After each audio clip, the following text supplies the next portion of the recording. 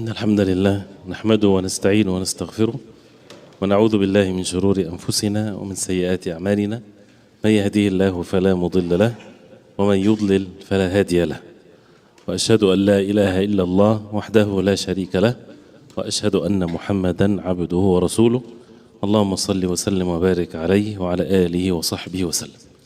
Before we start inshallah ta'ala, as always, since we are in the masjid in the house of Allah, sitting in majlis from the majalis where we should be listening to ayat of the Quran, hadith of the Prophet alayhi salatu wassalam. This is part of the Sunnah, following the way of the Prophet alayhi salatu wassalam. So we should always observe the proper etiquettes for it. And the most important of all is al-ikhlas, sincerity, to seek the rewards from Allah subhanahu wa ta'ala alone, the purity of intentions. And if a person can change even what's in his heart, this is a valid thing. Immediately, it's a decision to be made, and that is for the person to have ikhlas, sincere of intentions, that we come here so that we get ourselves closer to Allah subhanahu wa ta'ala by doing an act of worship of Allah subhanahu wa ta'ala, since talabul ilmi ibadah, since seeking knowledge is an act of worship. And the other physical etiquettes, inshallah ta'ala, the lecture is not going to be too long, inshallah, just a reminder, as if it's an instruction or bullet points. And we ask Allah subhanahu wa ta'ala to make it benefiting for each and every one of us, and to give us all sincere, inshallah, intentions. The title, as you heard, is what does it mean to belong to the Sunnah?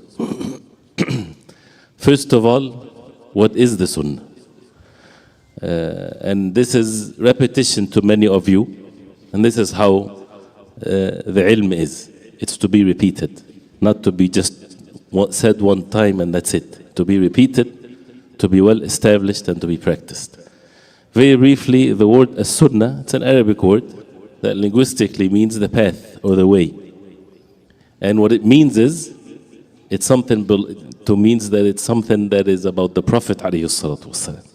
Is to follow the Prophet alayhi salatu wasalam, and there are very well established way to understand it, because some people, when they talk about the Sunnah, if they talk about matters of fiqh, they say this is salah, is Sunnah salah. That means it's recommended. If a person does it, he gets rewards. If he doesn't do it, he does not get a sin. This is as a terminology in fiqh.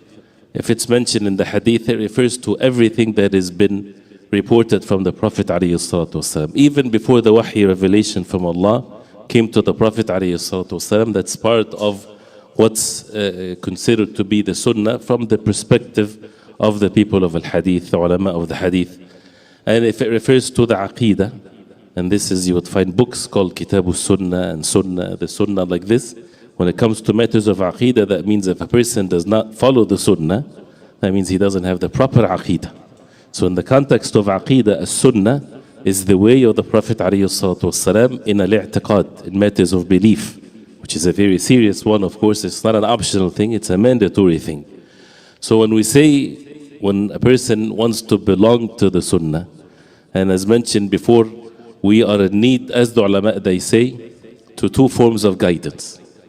The guidance to be a Muslim,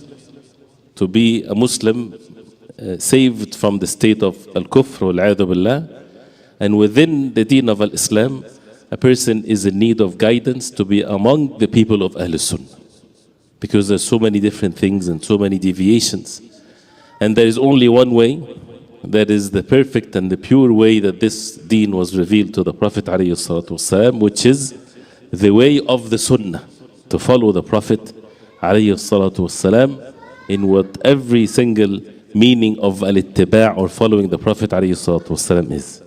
So what does it mean to follow the Sunnah of the Prophet ﷺ? It means that you're upon the Tawheed of Allah. If you say La ilaha illallah, Muhammadur Rasulullah. If you say it truly, if you understand the meaning of it, that means you belong to the Sunnah of the Prophet ﷺ, and that's why it's mandatory upon us to understand it. So when a person says there is no one worthy of worship except Allah, this is the oneness of worship of Allah. And wa ashhadu anna Muhammadan Rasulullah, the oneness of following the Prophet alayhi salatu wasalam. And it's been repeated almost every week, and we should always repeat this because it's supposed to be present in our hearts at all times.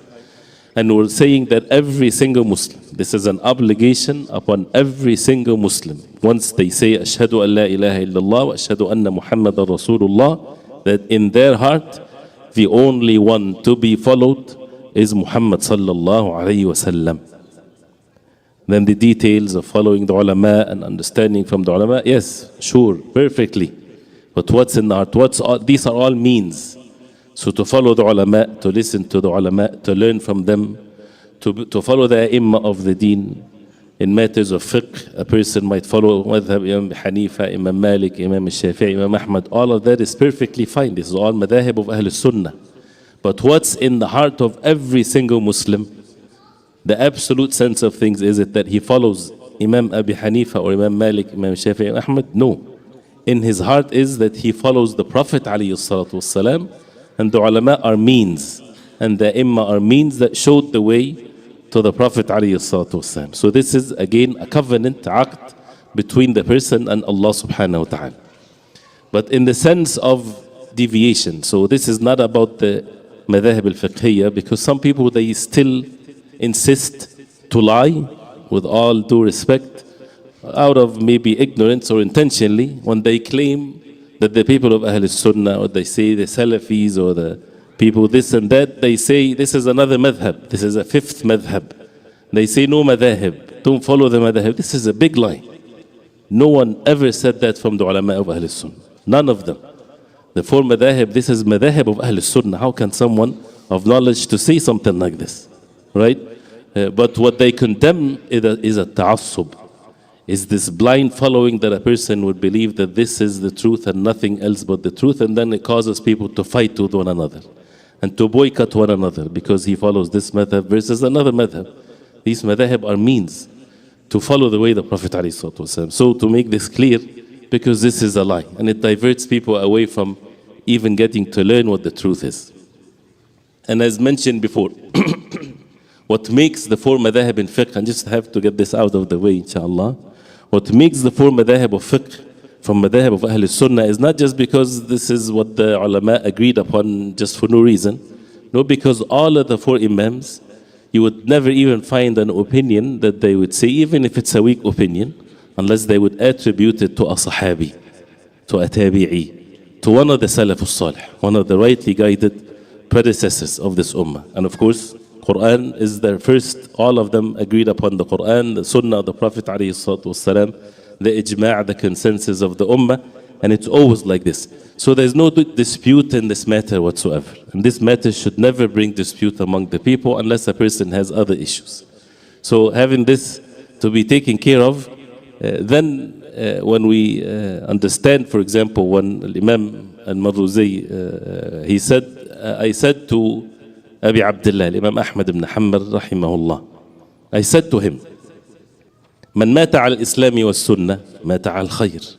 He was saying to Imam Ahmad ibn Hanbal, whoever dies on al Islam was sunnah. Whoever dies on al Islam was sunnah, he dies upon khayr, dies upon goodness.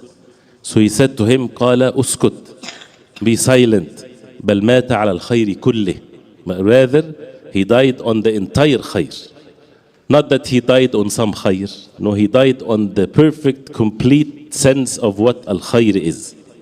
To die upon al-Islam was sunnah. So the word al-Islam is spacious enough. هو سماكم المسلمين. Allah subhanahu wa ta'ala called you Muslims. He did not give you any other names. But what he meant by this is when deviation happens among the ummah. And this is the way that Allah subhanahu wa ta'ala created the human beings. وَلَا يَزَالُونَ مُخْتَلِفِينَ إِلَّا مَنْ رَحِمَ رَبُّكَ وَلِذَلِكَ خَلَقَهُمْ. That they keep on differing among themselves. But Allah subhanahu wa ta'ala praised one group only, إِلَّا مَنْ رَحِمَ اللَّهِ, except for those who Allah subhanahu wa ta'ala, He bestows His mercy upon. So they don't have this splitting and differing among themselves and disputes and things like this. So when these things happened, then within the fold of Islam, there is the perfect way to understand the deen of Islam. And then there's still some things would be within the fold of Islam, but its deviation subject the person to the punishment of Allah. So that's why he said, to die upon al-Islam was Sunnah. And as many had mentioned the same thing, and others also, they would say that they would hear one another saying this. And many of the statements of the early generations of Islam was upon that. So to make sure, again, that the importance of it is to be a Muslim and to be upon the Sunnah. Right? And that's what al-Islam means, to submit ourselves and to be among those who follow the way of the Prophet ﷺ in every aspect of our life. And also, as was said also to Imam Ahmad rahimahullah, أحياك الله يا أبا عبد الله على الإسلام قال والسنة. Someone told him, may Allah subhanahu wa ta'ala make you live upon al-Islam. He said, was Sunnah. And also upon the Sunnah. There's no contradiction here. But it shows, because the word al-Islam, when many people they claim it, but what type of al-Islam? Is it this modernist Islam, or it's the extremist Islam, or what? So it's a way to explain and not to change the word of al-Islam, but to make sure that what the word of al-Islam means is to follow the Sunnah of the Prophet ﷺ. And because other than that is the desires. If it's not the Sunnah, if it's the desires, as Allah subhanahu wa ta'ala said that clearly in the Quran. فَإِن لَمْ يَسْتَجِيبُوا لَكَ فَاعْلَمْ أَنَّمَا يَتَّبِعُونَ أَهْوَاءَهُمْ. If they don't respond to you, follow you, O Muhammad sallallahu alayhi wa sallam, then indeed they had followed their desires. When we say, when a person belongs to the Sunnah, as Shaykh al-Islam Taymiyyah rahimahullah, when he talked about the people of Ahl Sunnah, and when we talk about the people of Ahl Sunnah, we say we hope, we ask Allah subhanahu wa ta'ala to be among them, and not for a person to praise himself and to look down upon others. This is evil, right? To say that I'm a Muslim, this is mandatory. But to say I'm a mu'min and I'm a believer, right? That means, as we mentioned that before, that means you're praising yourself. If you die at that moment, you'll enter Jannah. But you say I'm a Muslim. Yes, this is وَمَنْ أَحْسَنُ قَوْلًا مِمَّنْ دَعَى إِلَى اللَّهِ وَعَمِلَ صَالِحًا وَقَالَ إِنَّنِي مِنَ الْمُسْلِمِينَ. I'm a Muslim. And the higher levels of holding fast to the deen of Allah, you say, أَنَا مُؤْمِنٍ inshaAllah. Meaning, if you understand the meaning of mu'min, not a believer in the belief sense, but meaning that someone had completed and perfected his iman. Because what is al-iman to the people of Ahl Sunnah? It's not the belief in the heart, it's the belief in the heart and the deeds done by the heart and the speech of the tongue and the actions. And the iman increases and decreases, increases with good deeds and decreases with bad deeds. So when someone says "Ana mu'min," that means he's in Jannah immediately. And that's not something permissible for a person to praise himself. But if he means the belief, that's fine. And if he says "Ana mu'minun," inshaAllah, that's fine. So when they say the people of Ahl Sunnah, we ask Allah subhanahu wa ta'ala that we're all among the people of Ahl Sunnah, but it's not a claim or a dua, but we have to be truthful in this. So when he says, for example, that the people of Ahl Sunnah hum a'rafu an-nasi bil-haqq wa arhamuhum lil-khalq. They are the most people that know the truth, so this is their concern. Always they are seeking the knowledge to be upon the haqq, not just anything that comes along, but what is the haqq, what is the truth, for them to follow it. And if you read the Quran from the beginning to the end, it's all about this.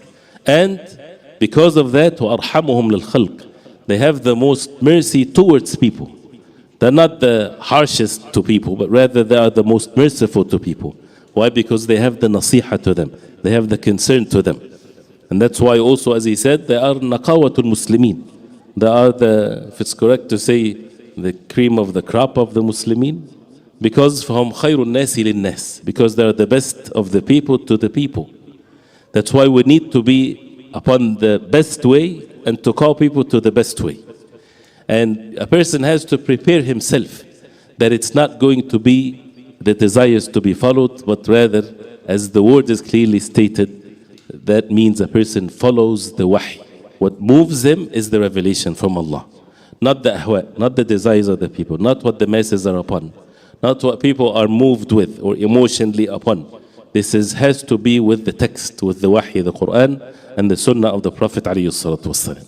And as one of the Imma of the Muslimin, Talha ibn Ubaydillah al-Baghdadi, when he said, وافق ركوب أحمد ibn Hanbal في السفينة.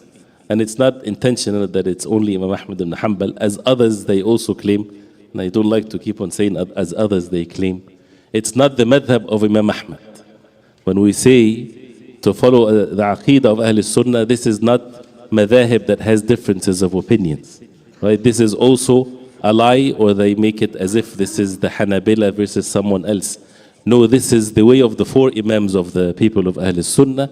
Their Aqidah was the Aqidah of Ahl Sunnah, and we've been teaching the matters of Aqidah for us to learn. We have to learn, and this is one of the signs. When a person says, I belong, or that what does it mean to belong to the Sunnah, that means you have learned the Aqidah of Ahl Sunnah, to hold fast to it.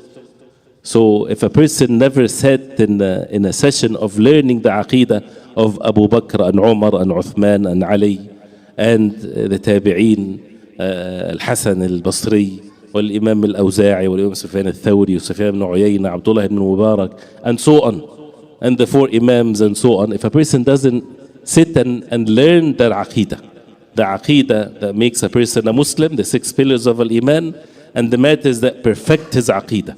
What is one's Aqidah in Allah subhanahu wa ta'ala, in the Tawheed versus Shirk, in the Asma' wa Sifat, in the names and attributes of Allah. What is the Aqidah in matters of Al-Iman, matters of Al-Qadr, the matters of Al-Sahaba.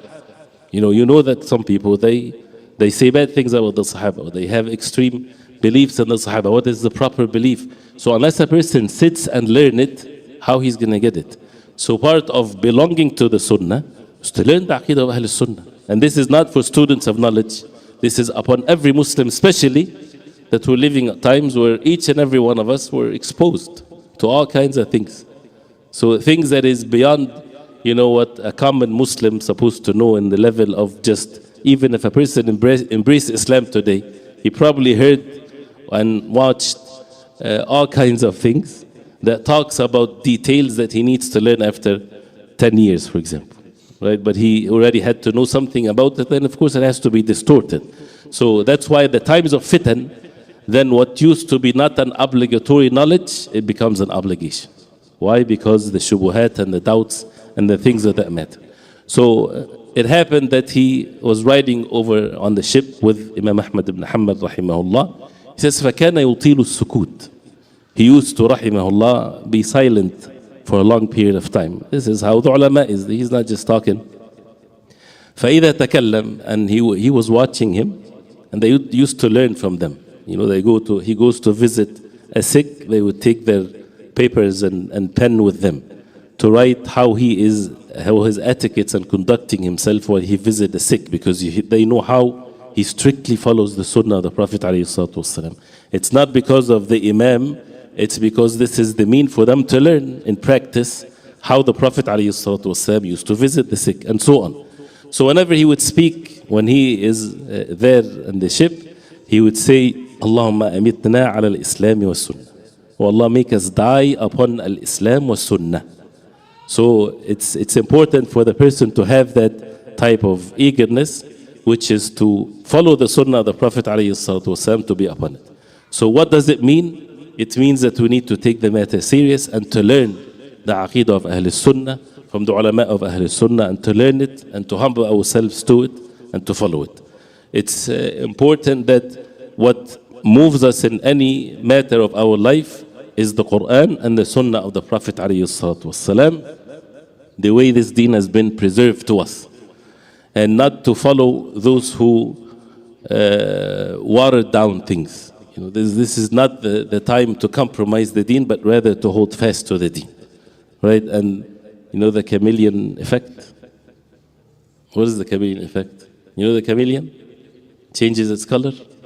Right? So there's a chameleon effect in a human being when his colors changes. If he's in one place, he's one color. If he goes to another place, he's a different color. And some of the Salaf, they mentioned this. إِيَاكَ وَالتَّلَوُّنْ فَإِنَّ دِينَ اللَّهِ وَاحِدٌ. They said, be warned of a talawun, different colors, to have that chameleon effect. Right? Because the deen of Allah is one. It is not multiple deens. It's only one deen. All of that, we did not talk about any specific things, right? And it's been like this. So what does that mean? This is the foundation of the deen. This is not a disputable issue. This is not someone would say, no, we need to compromise the deen. Would you ever see a sincere Muslim would ever say that? Of course not. But we have to be truthful in what we say. So what does it mean not to compromise the deen? that deen that was at the time of the Prophet ﷺ is the deen that we need to follow. The deen of the Prophet ﷺ, the religion that was practiced then, and the Sahaba radiallahu anhum, and the early generations of Islam. And the ulama, may Allah subhanahu wa ta'ala have mercy upon them, they mentioned so many different signs that shows who is the person that belongs to the Sunnah. And to share some of this with us as just points, and if a person wants to write them down, to learn them later, to be the syllabus in which a person can follow, one of which is Ibn al-Qayyim rahimahullah, he mentioned this in his book of Al-Sawa'iq al-Mursala. And without going into the details of the subject of the book, but when he mentioned about al-ittiba' and following the sunnah of the Prophet ﷺ, this is of course no doubt, this is what every Muslim is upon. And when people, for example, are coming here to the masjid for what? We're not people that is discussing how to make money or anything like this. This is not the place, this is not the time. We're discussing how to be closer to Allah, how to enter the Jannah of Allah subhanahu wa ta'ala, how to fulfill the purpose of our life, how to be having this goodness towards one another, that Allah subhanahu wa ta'ala would bless us with the mercy that's supposed to be in the hearts of the people, with dealing with one another with matters of goodness and things like this.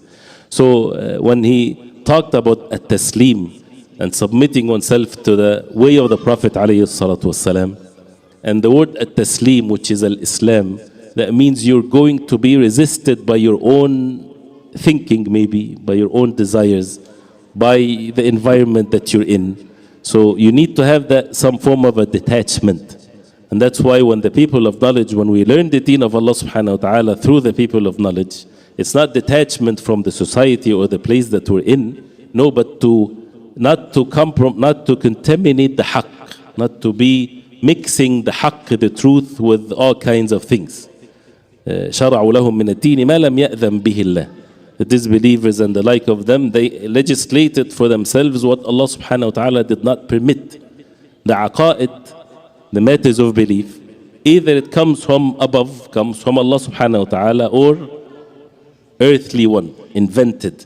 People invented things, cannot be a third category. And that's why Allah subhanahu wa ta'ala, when he mentioned about the disbelievers and the idols that they worship, they said, in hiya illa asma' sammaytumuha. These are nothing but names, you named these things names. ما أنزل الله بها من سلطان. And Yusuf alayhi salam said that to the people. This is something that they invented. ما أنزل الله بها من سلطان. Allah subhanahu wa ta'ala did not bring down any of it with sultan, authority. So to belong to the sunnah, you follow the authority, the sultan of the wahy. It came down from Allah subhanahu wa ta'ala. Do you have that strength in your aqeedah, in your way of understanding the deen, that you would say, to the best of my knowledge, what's between me and Allah subhanahu wa ta'ala, that this is what I believe in this, because this is what Allah subhanahu wa ta'ala brought down, the sultan of it, the authority of it from Allah subhanahu wa ta'ala, that this is the correct belief. This is the correct way of understanding the religion. This is the correct way to do things. The word sultan, authority. It's not the authority of human being to a human being. Nobody's gonna come after another and with a sword. No, it's between the person and Allah subhanahu wa ta'ala. The authority of the wahy. The sultan of the revelation from Allah. The sultan of the Quran in the hearts. The sultan of the sunnah of the Prophet alayhi salatu wasalam upon the hearts. So the sunnah of the Prophet alayhi salatu wasalam, for it to be judged over one's life, one's wealth, one's spouse, one's children, one's entire life, is the sunnah of the Prophet alayhi salatu wasalam. Is this level of authority we have in the hearts? This is the commands of Allah. And we heard the many verses. فلا وربك لا يؤمنون حتى يحكموك فيما شجر بينهم ثم لا يجدوا في أنفسهم حرجا مما قضيت ويسلموا تسليما. يسلموا تسليما. All of that is about the sunnah, to make the Prophet ﷺ the judge between them in any dispute, and they don't find any unease in their hearts, and they submit themselves in the full submission. So this submission that if we talk about it for the rest of our lives, it has to be truthfully established with our speech and actions. But from some of these signs, very briefly, he says, and again these these are foundations, right? So that nobody would say, does it mean, like for example the first one, the people of Ahl Sunnah يتركون أقوال الناس لهم. They turn away from what people say about them or about things. It's not about the statements of people. Again, it's about the wahy from Allah subhanahu wa ta'ala. Right? So they don't leave the sunnah for the statements of people. Because the sunnah is the haqq, is the deen of Allah. But the people are all against it, for example. Or they don't like it. Or they're not used to it. Then da'wah to Allah. Then you invite them with niceness, with goodness. But it doesn't mean that we compromise the deen because this is what the norm is. Right? The Prophet ﷺ, when Allah subhanahu wa ta'ala first sent him, he was the only one. Right? And how Allah subhanahu wa ta'ala gave him the steadfastness and the patience to give da'wah to Allah. And this is how things should be. And that's why you have wahy and you have the statements of people. Which is the sultan? Where is the sultan of the wahy? And again, this is, if we keep on saying with ilm, for the people of knowledge, with the people of knowledge. The common people like us, we follow the ulama, yes. But these are the ulama that we ask, and these are the ulama that we learn from when this is how the deen is. So, for example, and this is one of the major differences between the people that belong to the sunnah versus those who belong to the bid'ah and the innovations of the deen. So, they يعرضون أقوال الناس عليهم فما وافقها قبلوا وما خالفها طرحوا. That means the statements of people, then it's presented to the wahy, to the haqq, to the sunnah. If it's according to that, this is to be accepted. If it's not, then to be rejected. So it's not the people that is to be followed, but again the wahy from Allah subhanahu wa ta'ala. When there's a dispute, where do we refer to, as we heard in the ayah, to the Quran and the sunnah of the Prophet alayhi salatu wassalam. And once the matter becomes clear, إذا استبانت لأحد سنة النبي عليه الصلاة والسلام. Once the sunnah of the Prophet sallallahu alaihi wasallam is made clear for someone, it is not permissible to leave it for anything else whatsoever. Even if you're 80 years old and you discovered that the sunnah, the way of the Prophet alayhi salatu wasallam in a particular matter is this, right? Then what's the rule here?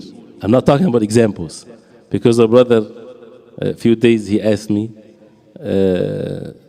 he said, I've been praying sunnah to dhuhr, full rak'ah, without salam in between. And the brother told me that this is wrong. And this brother that asked, he's one of the elders. So he asked, the way that he asked the question, he said, all of what I did in my life is not valid? And the answer, of course not. This is a valid opinion if someone prays for rak'ah without salam in between. Right? It's a valid opinion. Meaning that he still prayed sunnah to dhuhr, inshaAllah ta'ala.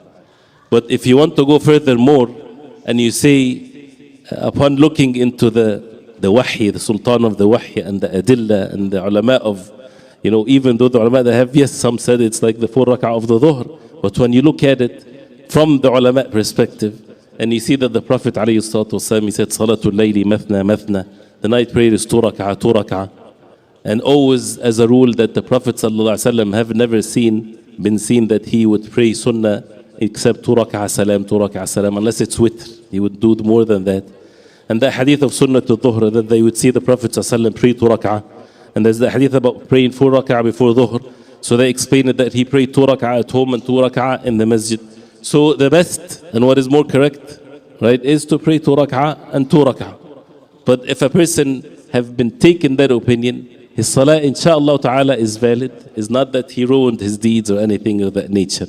So again, it's about the understanding of the deen of Allah subhanahu wa ta'ala and to put things in the right perspective. But when it comes to matters of belief, again, this is something that has to be clear.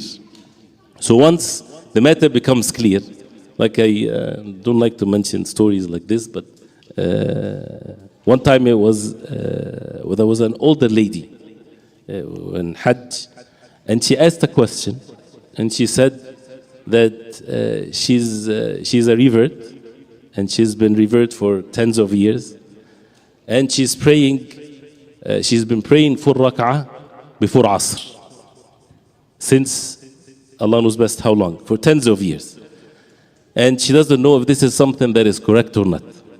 She's been doing it. She never heard the hadith or anything, right? She just likes to do it.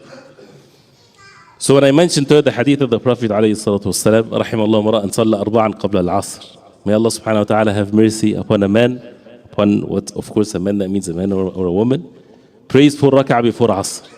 She started shedding tears. She never heard the hadith. She never heard the hadith. And she was doing that out of her goodness of making ibadah to Allah subhanahu wa ta'ala, which is a good thing. But you see that the effect of that hadith to her was different than when we say it, for example, after the salah. May Allah subhanahu wa ta'ala have mercy upon someone prayed Salatul Asr 4 rak'ah, sure, no problem, because she's been doing it, even though she didn't know. May Allah subhanahu wa ta'ala reward her. And again, it's not from the Sunan al-Ratiba, it's not from the 12 rak'ah Sunnah. If a person prays 4 rak'ah before Asr, mashallah, this is a good thing. And again, this is all in fiqh, which is even the first example. These types of things is not the issues that causes dispute. Because the ulama and the imma, they were going after all of them. The 4 imams in fiqh, what is the sultan that was upon them? Sultan al-Wahy, of course. This is their concern, is to follow the Wahy. But then those who came after them was the sultan of the Wahy, the ulama, among some of the ulama that follows, right, or they're supposed to be ulama, is the sultan of the Wahy that is upon them or something else. This is what we need to be upon. So this is, as Imam al-Shafi'i rahimahullah, he says, وَأَجْمَعَ النَّاسِ. The people had consensus. الناس here meaning the ulama. على أن من استبانت له سنة رسول الله صلى الله عليه وسلم. That the one that if the sunnah of the Prophet عليه الصلاة والسلام has been made clear to him, لم يكن له أن يدعها لقول أحد. It is not permissible for him to leave it for the statement of anyone. And as Ibn al-Qayyim rahimahullah he said, وهذا من أعظم علامات أهل السنة. This is one of the great signs of the people of Ahl Sunnah, that they don't leave it, but with the heavy condition. إذا ثبتت عندهم. Once it becomes clear to them that this is the Sunnah of the Prophet ﷺ, then is it permissible to leave it? Whoever says yes, then there's a question about his matters of belief, right? So no Muslim sincere would ever say that. But it's the issue maybe, this is what he believes to be the Sunnah of the Prophet ﷺ. This is the best of his knowledge. And if he's a person of knowledge, he has an amana, a trust that he has to follow. If it's a common Muslim, Allah subhanahu wa ta'ala says, فَاسْأَلُوا أَهْلَ الذِّكْرِ إِن كُنْتُمْ لَا تَعْلَمُونَ. As the people of knowledge, if you do not know. So, but then to him, once he got to know that, and this is the way of the Prophet ﷺ, he might get to know that and then it wasn't. So, and it's nothing wrong with that. This is how وَاتَّقُوا اللَّهَ وَيُعَلِّمُكُمُ اللَّهِ. Fear Allah subhanahu wa ta'ala, Allah subhanahu wa ta'ala will teach you. And many other means like this, they don't attribute themselves to a special statement or a special group or a special matter, but basically the sunnah is spacious enough for everyone to follow. It's not tight. It's not a group with an amir, with an allegiance, with all of these types of things that splitted the ummah. This is something that splits more than it brings anything together. So rather to follow the way of the Prophet ﷺ and to help one another in matters of goodness. And as some, again with many statements, when we talk about the hadith and the authentic hadith and so on, right, this is what, again, the person of knowledge, this is their area of understanding and knowledge, is the nusus, the wahy from Allah subhanahu wa ta'ala. Yes, the common person, he has the people of knowledge. But when the ulama, when they mention that Ahlul Sunnah, what is the thing that they yansurun, they give victory of, or they are loyal to, which is the Quran and the authentic hadith of the Prophet ﷺ, and not the statements of individuals, right? And that's why the people of Ahlul Sunnah, one of the great characteristics of them, that they return to the truth with the details of the truth. And there's numerous examples when it comes to this from the Aimma of the Deen, right?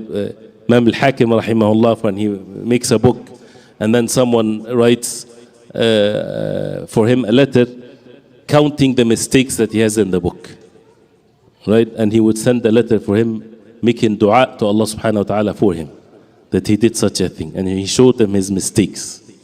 These are the hearts that had that, نحسبهم كذلك, that we think of them that way. They were not about their personal glory, but they were about the haqq, the truth. The truth was more valuable to them than anything else. So if someone, and Imam Malik rahimahullah, when he used to give the fatwa of ghasl al-barajim, And then someone showed them the hadith of the Prophet ﷺ in front of the people. He said that he made it very clear that he was wrong in this, and this is the opinion that he adopts.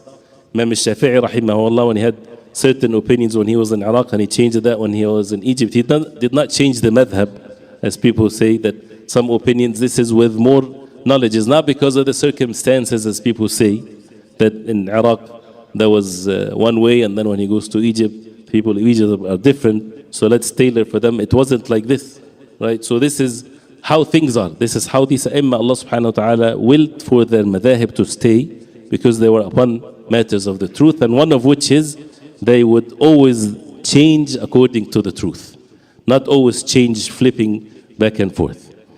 Allah subhanahu wa ta'ala says, وَإِذَا ذُكِرَ اللَّهُ وَحْدَهُ اشْمَأَزَّتْ قُلُوبُ الَّذِينَ لَا يُؤْمِنُونَ بِالْآخِرَةِ وَإِذَا ذُكِرَ الَّذِينَ مِن دُونِهِ إِذَا هُمْ يَسْتَبْشِرُونَ.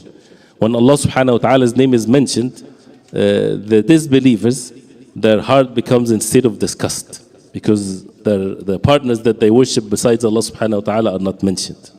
And if these partners are mentioned, إِذَا هُمْ يَسْتَبْشِرُونَ, they're rejoicing. He mentioned this ayah, even though it's not a direct evidence to what he mentioned here, it's also the people of Ahl Sunnah, when the subject that they follow is the hadith of the Prophet ﷺ. And again, a warning and a disclaimer at all times. It's not for us as individuals to delve into the hadith of the Prophet ﷺ and say, yes, the hadith says this.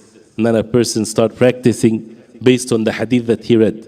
No, as the people of knowledge. Because the hadith you might misunderstanding, or it's been abrogated, or there's other hadith, or general hadith that controls the meanings of this, many different things. And to respect the ilm, and to respect the matters of knowledge. But again, the statements of the hadith of the Prophet ﷺ, these are the treasures that makes the person in state of joy. So one last thing is, which is really refers to the akhlaq. So the matters of aqidah, we learn it, the matters of the deen. We should always make it a habit in our life. What is the sunnah of the Prophet ﷺ with regards to this? In any matter. Of course, the haram and the halal. Of course, before that is the aqidah, our salah, our ibadah, our etiquettes, how to go to sleep, how to eat, how to conduct ourselves. And one of which is al-akhlaq, the manners. And as he mentioned, أن أهل السنة يعرفون الحق ويرحمون الخلق. The people of Ahl Sunnah, they know the truth, and they have mercy to the khalq, to the people. فلهم نصيب وافر من العلم والرحمة. They have nasib, a share, a good share of knowledge and mercy.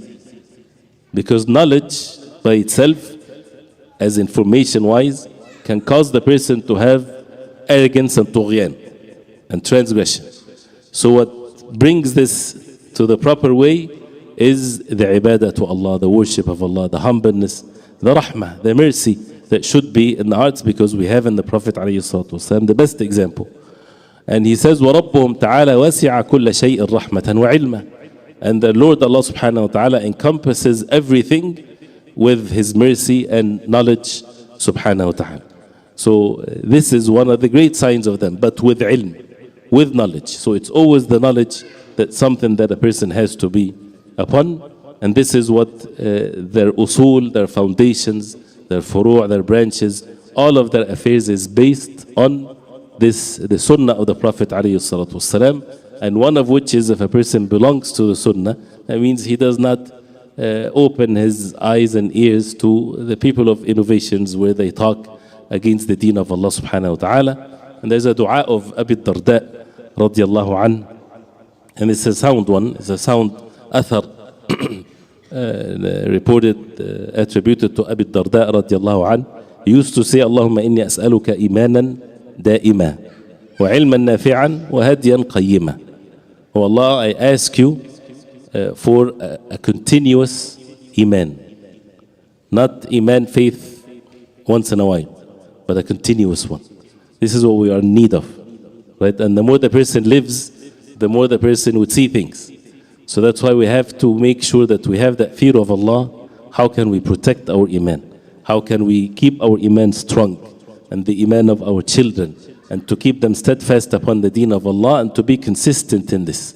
He used to say that, Allahumma inni as'aluka imanan da'iman. الديمومة is when something is forever.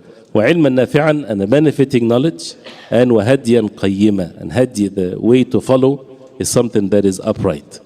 So this is how to save oneself, and this is how to never to escape this matter and this meaning from one's heart, and that is to follow the way of the Prophet ﷺ in every true sense, inshaAllah ta'ala. And we ask Allah subhanahu wa ta'ala that He make it easy for each and every one of us in this matter, inshaAllah. And may Allah subhanahu wa ta'ala make us among those who listen and follow the way of the Prophet ﷺ and to accept our repentance.